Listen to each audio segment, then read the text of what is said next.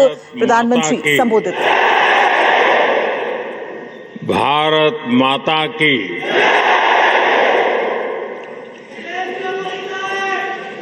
इतना प्यार, इतना उत्साह, सच कहूं कुछ देर के लिए मैं भूल ही गया था कि मैं नीदरलैंड में हूं।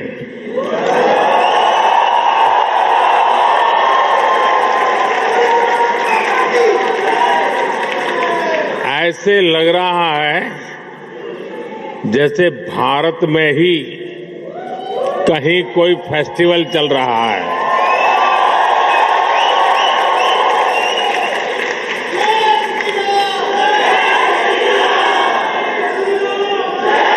वैसे तो द हेग को दुनिया city of peace and justice के रूप में जानती है, लेकिन आज यहां जो माहौल है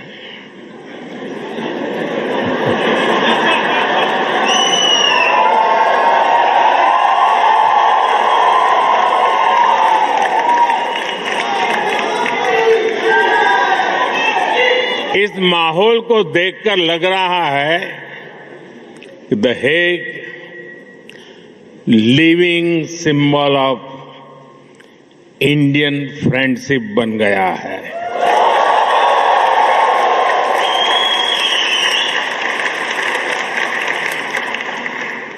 ये दिखाता है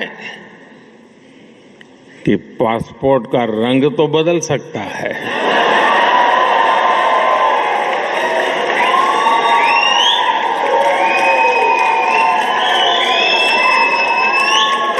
एड्रेस भी बदल सकता है, टाइम जोन भी बदल सकता है, लेकिन मां भारती की संतानें कहीं भी रहें, ये गर्मजोशी,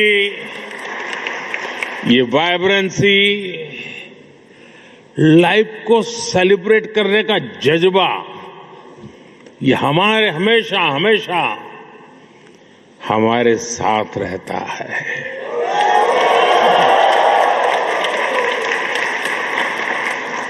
मैं आप सभी का इस वार्म वेलकम के लिए बहुत बहुत आभार व्यक्त करता हूं। और जब मैं यहां प्रवेश कर रहा था तो पूरा महाराष्ट्र और छत्रपति शिवाजी महाराज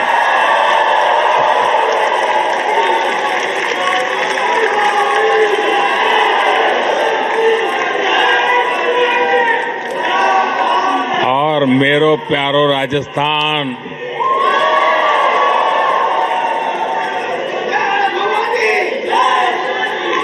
और ए फॉर असम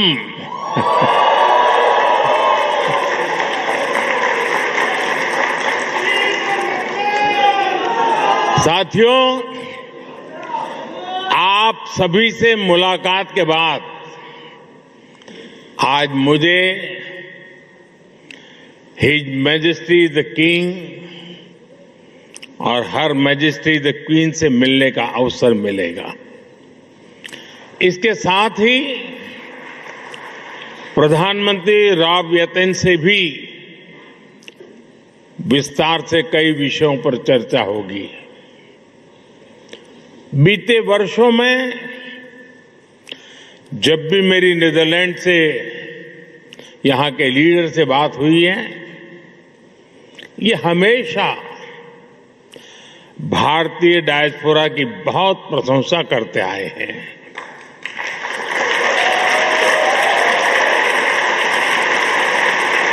मतलब कि आप सबकी प्रशंसा करते हैं।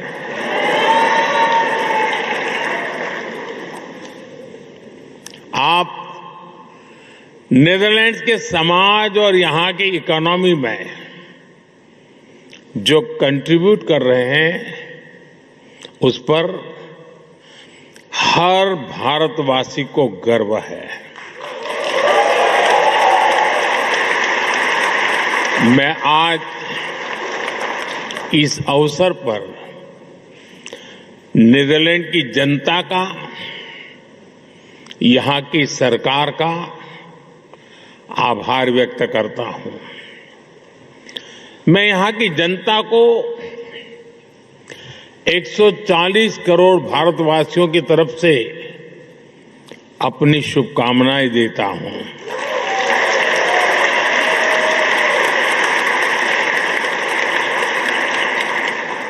साथियों, मैं पहले भी नीदरलैंड आता रहा हूं। मेरे पुराने साथी महर्षि महेश योगी के सारे सदस्य बैठे हैं।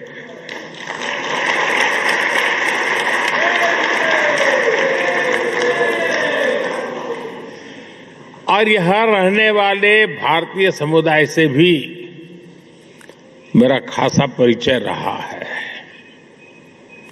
यहां बैठे अनेक परिवारों की कहानी केवल माइग्रेशन की कहानी नहीं है। ये एक संस्कृति की, आस्था की, तमाम संघर्षों के बीच ये प्रगति की कहानी है।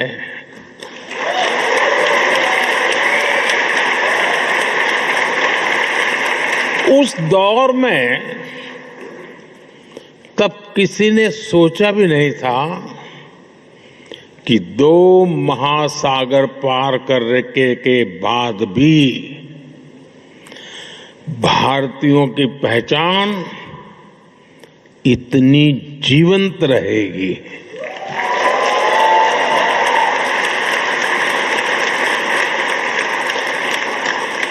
आपके पूर्वज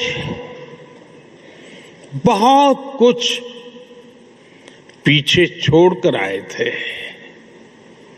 लेकिन कुछ चीजें हमेशा उनके साथ रही।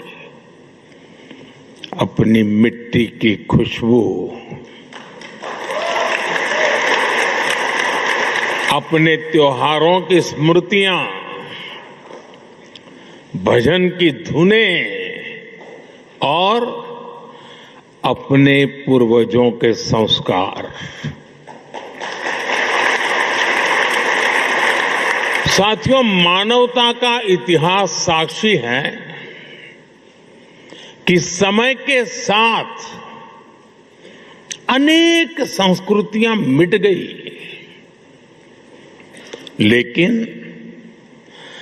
भारत का डाइवर्स कल्चर आज भी अपने लोगों के दिलों में धड़कता है।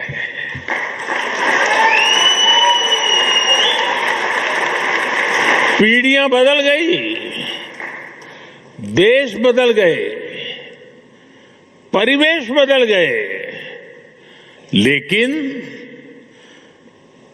परिवार के संस्कार नहीं बदले,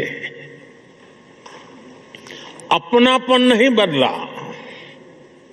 आपने डच भाषा को अपनाया, लेकिन अपने पुरखों की भाषा को भी छोड़ा नहीं।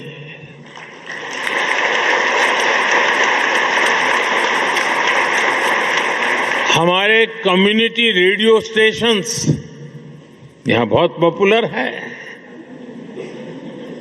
और इन स्टेशंस के माध्यम से भारत का संगीत और संस्कृति भी डच फैमिलीज तक पहुंच रहे हैं।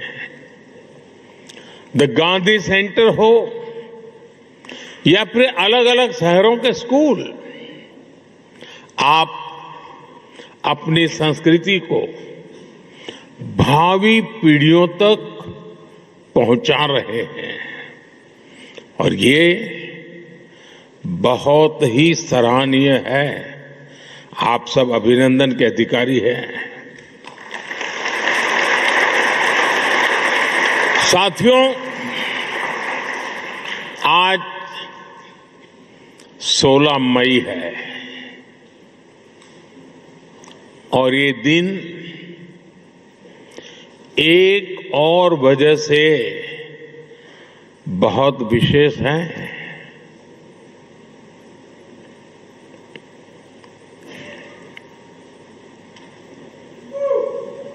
सोच रहे हैं ना? सोचिए, जरा और सोचिए। आज से 12 वर्ष पहले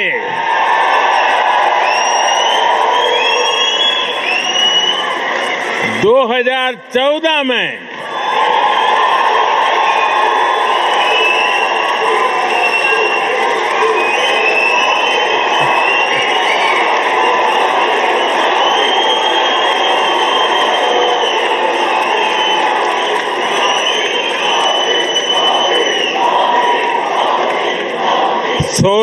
मई 2014 कुछ खास हुआ था। 2014 में आज के ही दिन लोकसभा चुनाव के नतीजे आए थे। दशकों बाद भारत में स्थिर और पूर्ण बहुमत वाली सरकार का बनना पक्का हुआ था।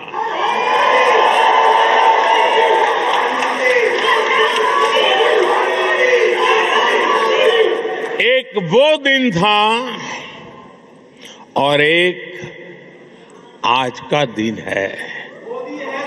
कोटि कोटि भारतवासियों का विश्वास मुझे न रुकने देता है और न थकने देता है।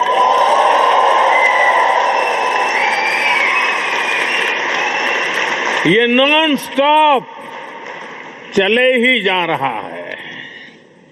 साथियों, बहुत छोटी आयु से ही मैं देशभक्ति के रंग में रंग गया।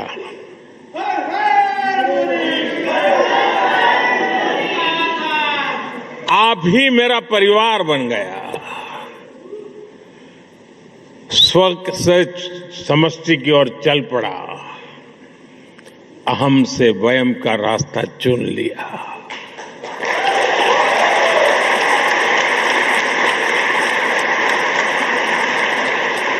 और फिर तो आपका सुख ही मेरा सुख बन गया। आपका कल्याण ही मेरा कर्तव्य बन गया।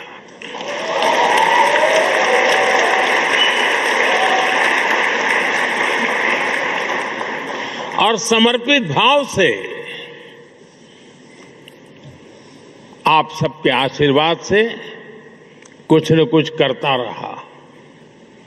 लेकिन जनता जनार्दन का इतना प्यार मिलेगा, ये तो कल्पना में भी नहीं था।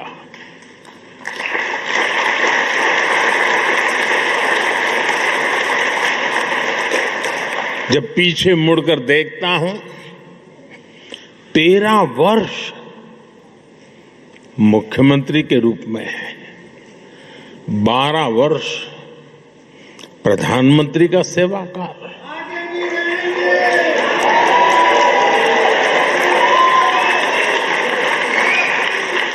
डेमोक्रेटिक वर्ल्ड में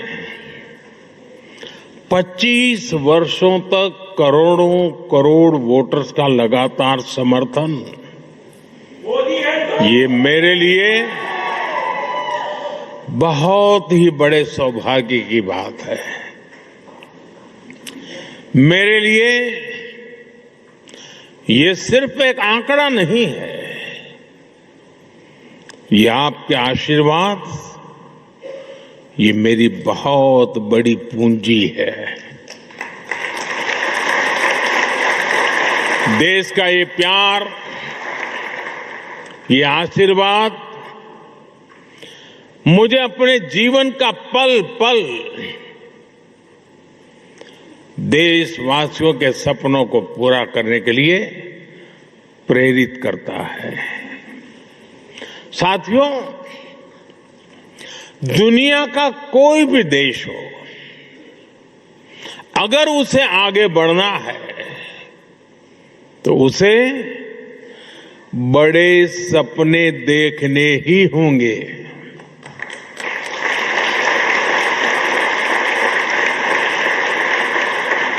आज हमारा भारत भी बहुत बड़े सपने देख रहा है। आज देश कह रहा है, हमें सिर्फ ट्रांसफॉर्मेशन नहीं चाहिए, हमें बेस चाहिए। क्या चाहिए?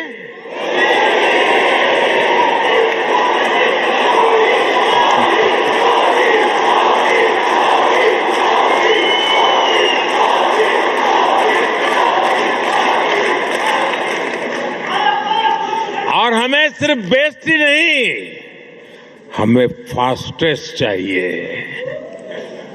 और इसलिए जब भारत में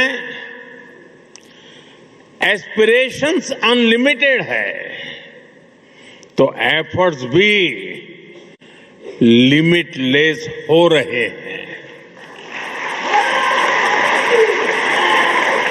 जैसे भारत के युवाओं का उदाहरण है, आज भारत का युवा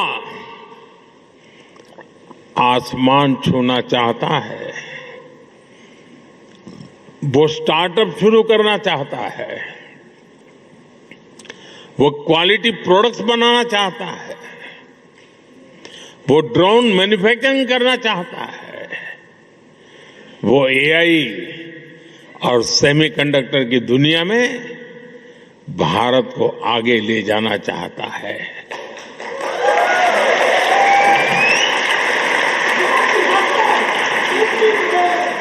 इसलिए ही भारत का स्टार्टअप इकोसिस्टम लगातार हो रहा है।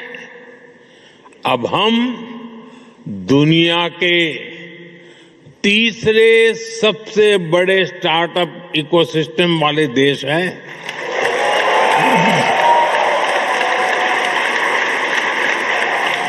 और साथियों,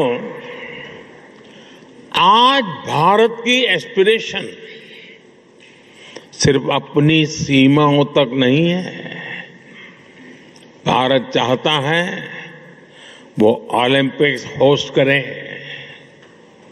ग्लोबल मैन्युफैक्चरिंग हब बने, ग्रीन एनर्जी लीडर बने और दुनिया का ग्रोथ इंजन बने।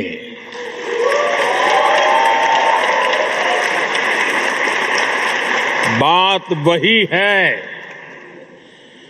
एस्पिरेशंस अनलिमिटेड है और हमारे एफर्ट्स की स्केल भी उतनी ही बड़ी है। Record highway construction, record rail electrification, Vande Bharat जैसी सेमी हाई स्पीड ट्रेनें और दुनिया का इतना बड़ा रिन्यूएबल एक्सपांशन, बड़े से बड़ा लक्ष्य हो, आज का भारत कहता है हम ये लक्ष्य पाकर के ही रहेंगे।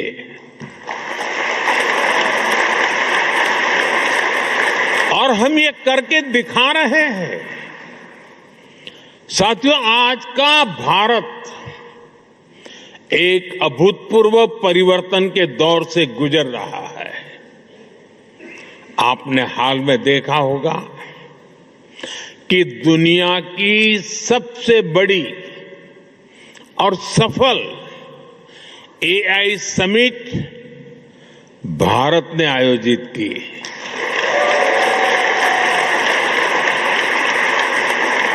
उससे पहले G20 की सफल समिट भी भारत ने आयोजित की थी।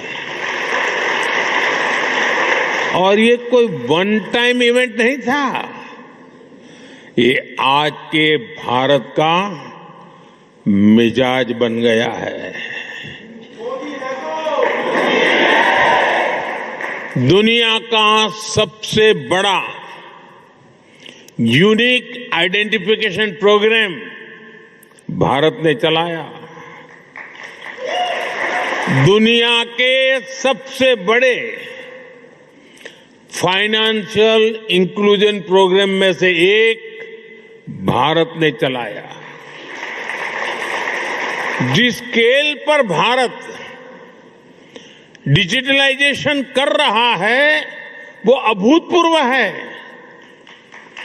दुनिया की सबसे बड़ी government funded health insurance scheme Bharat चला रहा है। और हां, चांद पर भी भारत वहां पहुंचा जहां पहले कोई नहीं पहुंच पाया था।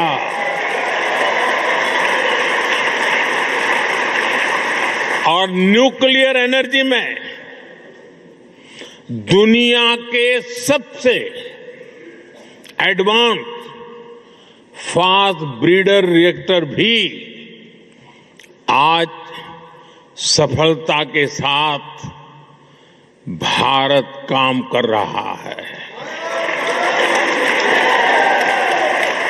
साथियों, भारत की जो ये स्केल है, ये हम इंफ्रास्ट्रक्चर निर्माण में भी देख रहे हैं।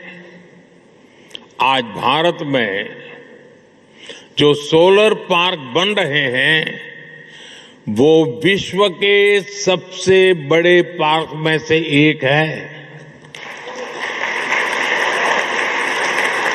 सबसे ऊंची और सबसे लंबी टनल्स हो, सबसे ऊंचे और लंबे ब्रिजेज हो, सबसे लंबे एक्सप्रेसवे हो, सबसे बड़े मेट्रो नेटवर्क हो, सबसे बड़े सिविल एविएशन नेटवर्क हो, सबसे बड़े इलेक्ट्रिफाइड रेल नेटवर्क हो, इनमें से अनेक आज भारत में बन रहे हैं।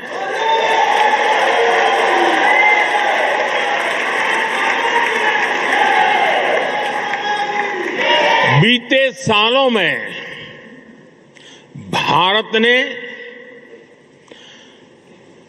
धरती से चंद्रमा की दूरी जितनी है, सुन लीजिए, धरती से चंद्रमा की जितनी दूरी है उससे भी 11 गुना 11 टाइम अधिक ऑप्टिकल फाइबर बिछाया है।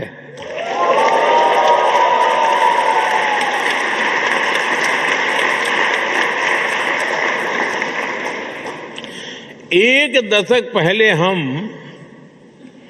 मोबाइल फोन इंपोर्ट करते थे। आज भारत दूसरा सबसे बड़ा मोबाइल मैन्युफैक्चरर है। साथियों, ये जो स्पीड और स्केल है, इसके अलावा आज के भारत की एक और पहचान है। आज का भारत इनोवेशन पावर्ड है। हमारे डिजिटल पब्लिक इंफ्रास्ट्रक्चर की चर्चा आज पूरी दुनिया में होती है। ये भारतीयों के इनोवेशन का बहुत बड़ा प्रमाण है। आज पैसा रखना है तो डिजिटल वॉलेट है, डॉक्यूमेंट रखने हैं तो डिजी लॉकर है, ट्रैवल करना है तो डिजी यात्रा है, हेल्थ केयर का लाभ लेना हो तो डिजिटल हेल्थ आईडी है। साथियों, आज भारत में हर महीने 20 बिलियन से ज्यादा यूपीआई ट्रांजैक्शन होते हैं। यानी पूरी दुनिया में हो रहे डिजिटल ट्रांजैक्शन में आधे से ज्यादा केवल भारत में हो रहे हैं।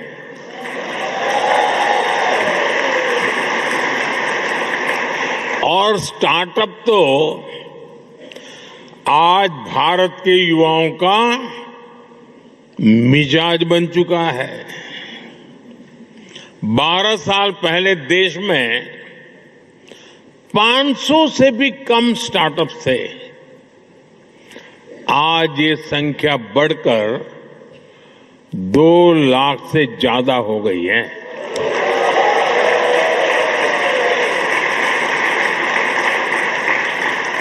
और स्टार्टअप की दुनिया में भी 2014 में भारत में सिर्फ 4 यूनिकॉर्न थे। आज भारत में करीब 125 एक्टिव यूनिकॉर्न है।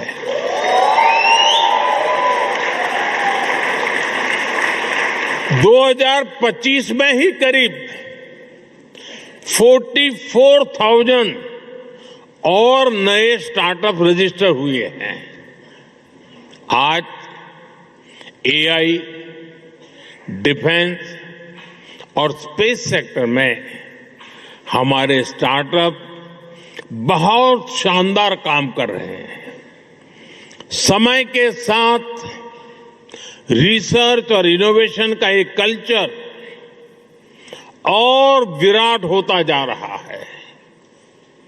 पिछले वर्ष ही भारत में 1.25 लाख से अधिक पेटेंट फाइल किए गए हैं। साथियों, भारत चिप मेकिंग में, सेमी कंडक्टर सेक्टर में भी बड़े कदम उठा रहा है। अभी भारत में 12 सेमीकंडक्टर प्लांट्स पर काम चल रहा है।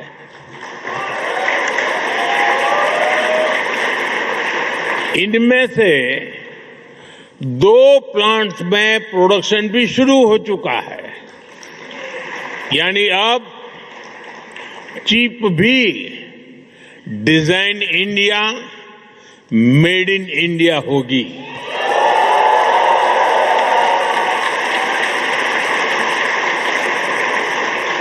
साथियों, भारत की ये एस्पिरेशन ड्रिवन जर्नी हमारी डेमोक्रेसी को भी सशक्त कर रही है।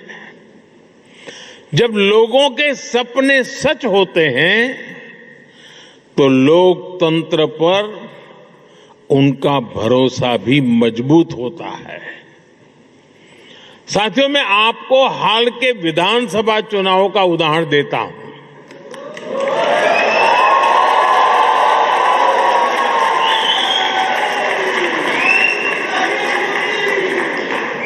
असम, बंगाल,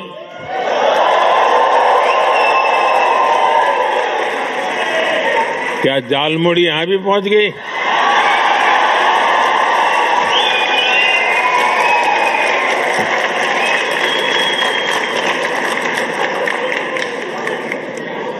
असम, बंगाल, केरलम, तमिलनाडु और पुडुचेरी में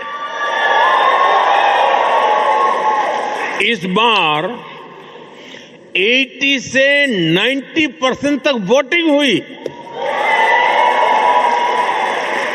और इसमें भी विमेन पार्टिसिपेशन बहुत ज्यादा बढ़ी है। और ये हर राज्य का ट्रेंड है।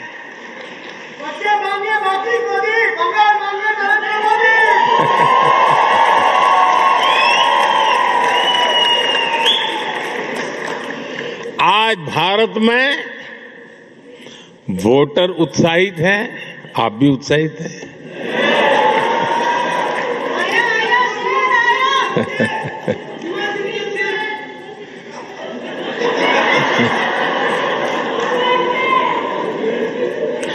साथियों, हमें गर्व होता है हर साल वोटिंग के रिकॉर्ड टूट रहे हैं। साथियों, भारत में 90 करोड़ से 90 करोड़ से अधिक वोटर रजिस्टर्ड हैं।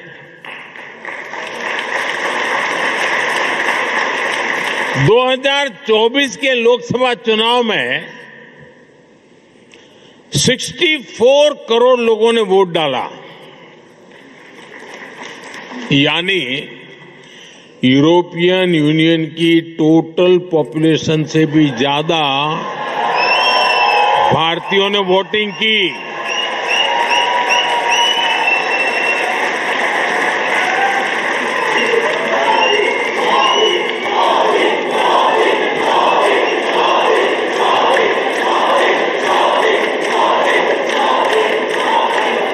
भारत अपने हर सिटीजन की डेमोक्रेटिक पार्टिसिपेशन को वैल्यू करता है और मदर ऑफ डेमोक्रेसी के रूप में ये हम सभी के लिए बहुत गर्व की बात है। साथियों,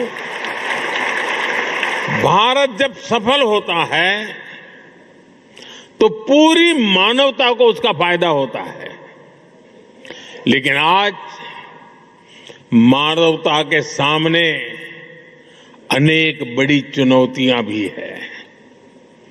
आज की दुनिया किस तरह नई नई चुनौतियों से जूझ रही है। पहले कोरोना आया, फिर युद्ध होने शुरू हो गए और अब आज की एनर्जी क्राइसिस है। ये दशक दुनिया के लिए आपदाओं का दशक बन रहा है। हम सभी देख रहे हैं, अगर ये स्थितियां तेजी से नहीं बदली गई तो बीते अनेक दशकों की उपलब्धियों पर पानी फिर जाएगा। दुनिया की बहुत बड़ी आबादी फिर से गरीबी के दलदल में चली जाएगी।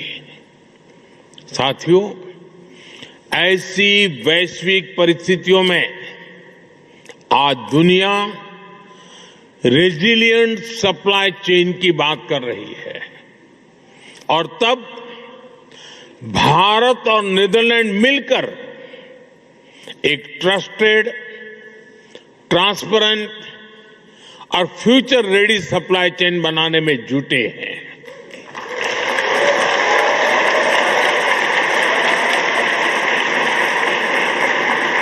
एनर्जी सिक्योरिटी से लेकर वाटर सिक्योरिटी तक नीदरलैंड्स और भारत मिलकर काम कर रहे हैं। ग्रीन हाइड्रोजन को लेकर हमारा कोऑपरेशन बहुत महत्वपूर्ण है और भारत और यूरोपियन यूनियन के बीच जो ऐतिहासिक ट्रेड एग्रीमेंट हुआ है, इससे भारत और नीदरलैंड की साझेदारी और मजबूत होगी और इसका लाभ आप सभी को भी होगा।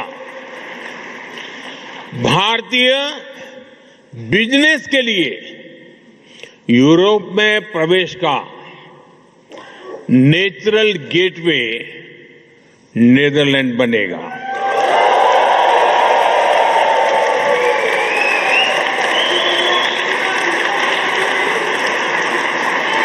और इस जर्नी में हमारा डायस्पोरा ट्रस्टेड ब्रिज बन सकता है।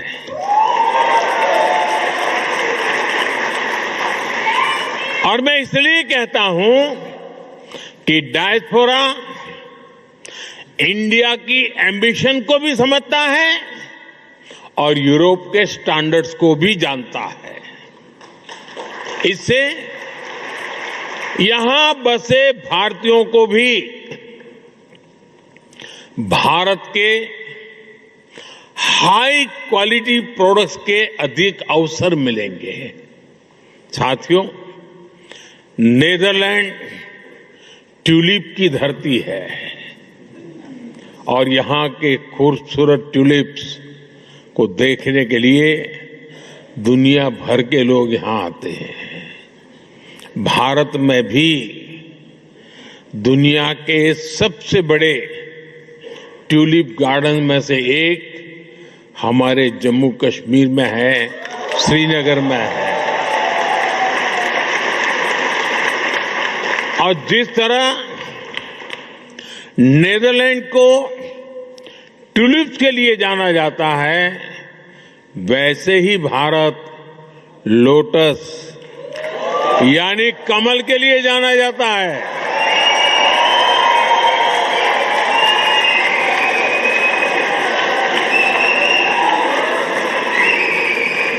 साथियों, ट्यूलिप और कमल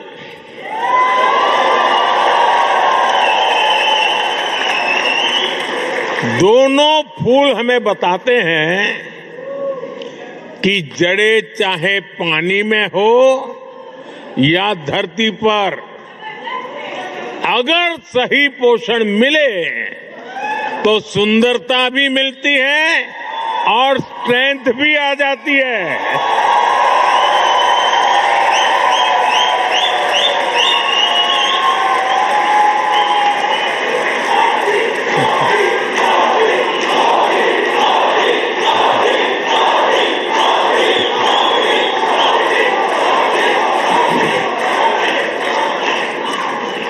यही भारत और नेदरलैंड के बीच पार्टनरशिप का भी आधार है। साथियों, हमारे बीच दोस्ती की एक और कड़ी है जिसकी उतनी चर्चा नहीं होती, और वो है स्पोर्ट्स। हम दोनों देश स्पोर्ट्स के क्षेत्र में बहुत कुछ मिलकर कर रहे हैं। अब जैसे क्रिकेट है,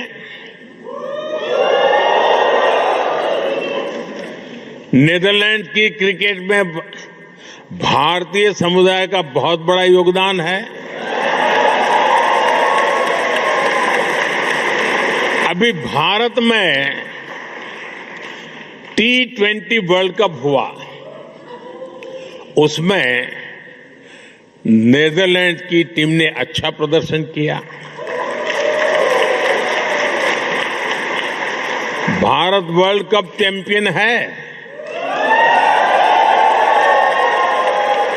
लेकिन भारत की टीम को भी नेदरलैंड की टीम ने बहुत बड़ी टक्कर दी थी।